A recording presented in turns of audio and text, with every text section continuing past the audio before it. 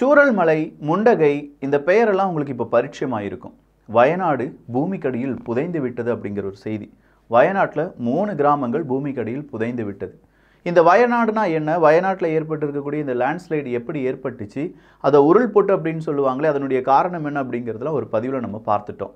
இப்போ இந்த வயநாட்டை சுற்றி இருக்கக்கூடிய மர்மங்களும் அதுக்கு பின்னாடி ஒளிந்திருக்கக்கூடிய உண்மைகளும் தான் மத்திய மாநில அரசாங்கங்கள் மாற்றி மாற்றி குற்றம் சொல்லிக்கிறாங்க.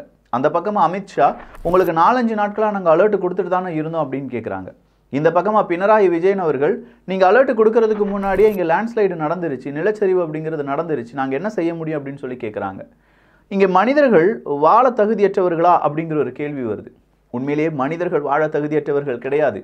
மனிதர்களால் இங்கே தேர்ந்தெடுக்கக்கூடிய அரசு அதிகாரிகளும் அரசாங்க ஊழியர்களும் நம்மை வாழ தகுதியற்றவர்களாக மாற்றி வருகிறார்கள். எப்படி விக்கி இது சாத்தியம்? அதுதான் இந்த ஒரு பதிவு. இந்த பதிவு முக்கியமாக ஏதோ கேரளாவில் வயநாட்டில் இப்படி ஒரு நிலச்சரிவு வந்துருச்சு அப்படிங்கிறதுக்காக மட்டும் கிடையாதுங்க. ஒரே நேரத்தில் 290 உயிர்கள் ரொம்ப கொடுமையாக தூங்கும் போதே மண் வந்து விழுந்துருச்சு அப்படின்னு சொன்னதுனால இந்த விஷயத்தை பற்றி நம்ம பேசிகிட்டு இருக்கோம். ஆனால் தினசரி நம்ம ஊரில் எத்தனையோ பேர் இதே மாதிரி பல இழப்புகள் வழியாக உயிரிழந்து வருகிறார்கள். வயநாட்டில் என்ன நடந்திருக்கு அப்படிங்கிறதையும், நீலகிரியில் என்ன நடக்க போகுது அப்படிங்கிறதையும், சென்னையில் என்னெல்லாம் நடக்கும் அப்படிங்கிறதையும் கொஞ்சம் விரிவாக ஆலோசிக்க வேண்டிய இடத்துல நாம் இருக்கோம். அன்பு தமிழஞ்சங்களுக்கு தமிழ் பொக்கிஷத்தின் வணக்கங்கள்.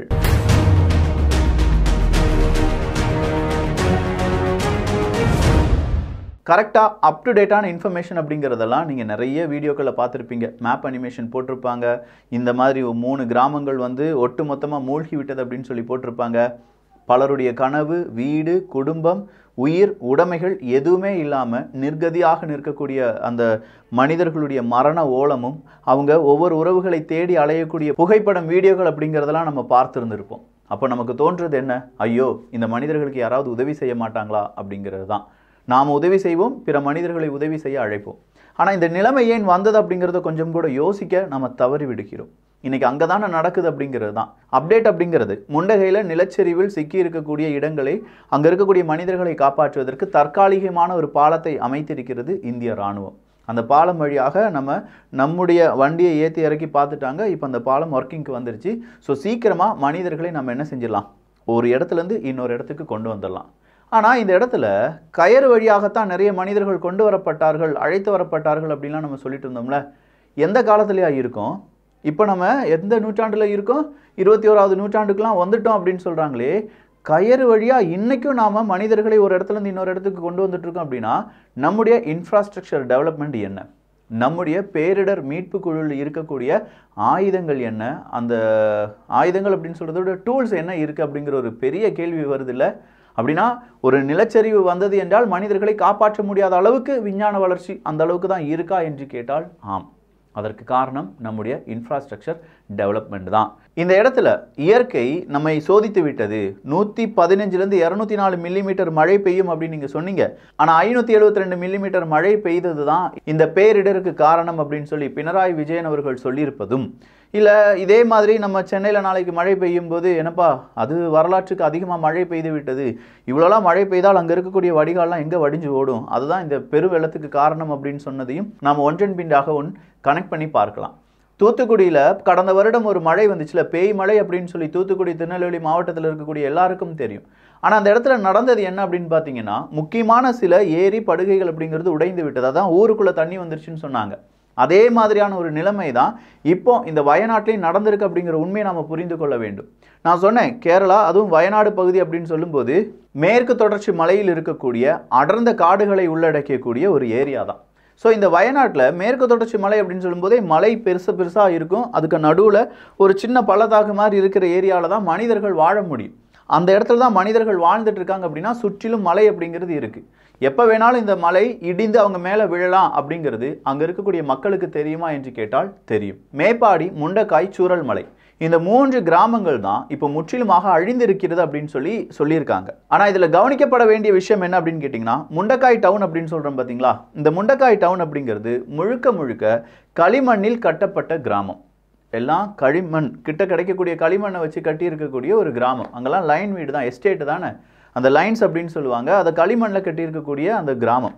அந்த கிராமத்தில் அப்படியே என்ன செஞ்சிருக்கு, பெரிய அளவில் ஒரு மலை இல்லாட்டி உருள் பொட்டுதல், நிலச்சரிவு அப்படிங்கிறது ஏற்பட்டிருக்கு.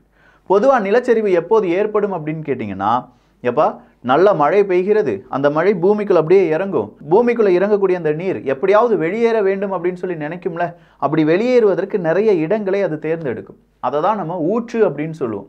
அப்போ பூமிக்குள்ள இறங்கக்கூடிய நீர் வெளியேறுவதற்கு ஒரு ஓட்டை, ஒரு சின்ன ஒரு ஹோல் அப்படிங்கிறது தேவைப்படுது. அது எந்த இடத்துல ஈஸியாக அப்படி ஒரு ஓட்டை உருவாக்க முடியுமோ அந்த இடத்துல ஓட்டை உருவாக்கி வெளியில் தண்ணீர் வடிந்து கொண்டே இருக்கும். இல்லை முடியலையா டமார்னு வெடித்து ஒட்டு மொத்தமாக என்ன வரும், அந்த நிலப்பரப்பு அப்படிங்கிறது வெடித்து சிதறக்கூடியது தான் நம்ம நிலச்சரிவு, இல்லாட்டி இங்கே மலையாளத்தில் உருள் பொட்டுதல் அப்படின்னு சொல்லுவாங்க.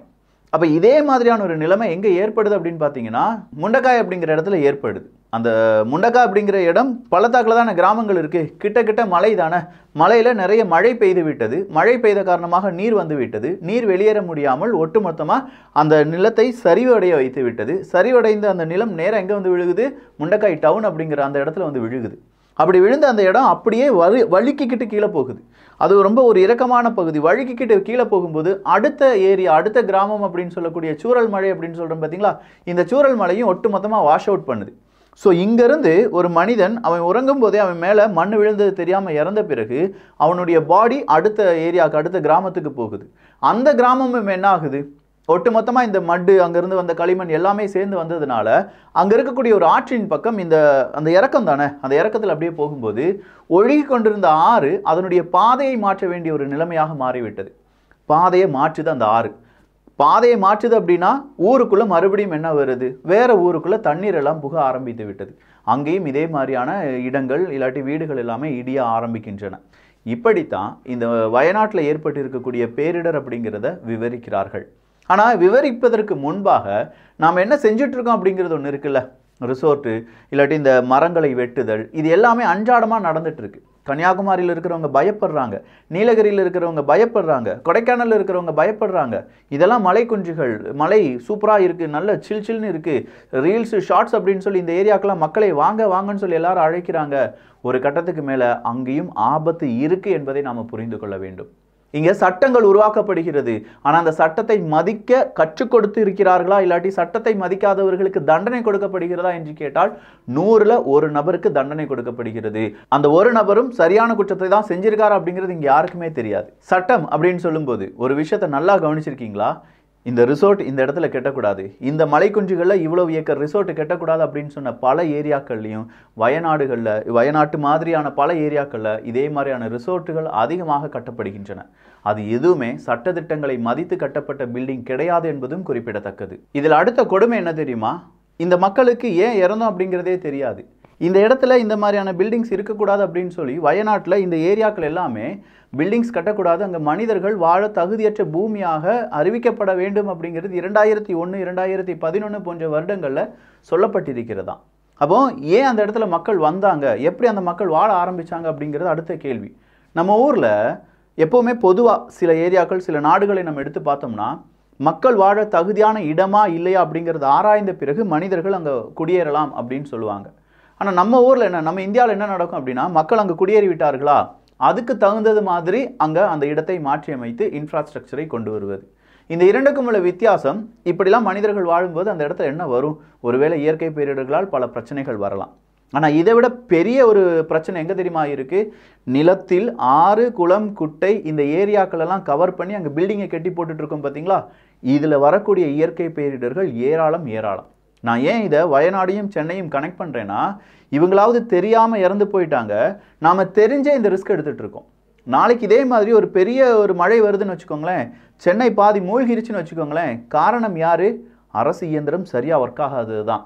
இங்கே ஒரு ஆறு, அந்த ஆற்றினுடைய பாதை மாற்றப்பட்டதால் இவ்வளவு உயிரிழப்புகள் அப்படிங்கிறத உணர தெரிஞ்ச நமக்கு எத்தனை ஆறுகளை மூடி, எத்தனை ஆறுகளுடைய மண்களை அள்ளி, எத்தனை கல்குவாரினுடைய கற்களை உடைத்து, எத்தனை இயற்கைக்கு எவ்வளவு சீண்டலை செய்ய முடியுமோ அத்தனை சீண்டலையும் செய்து டவுன் அப்படிங்கிறத நம்ம வளர்த்து வருகிறோம்.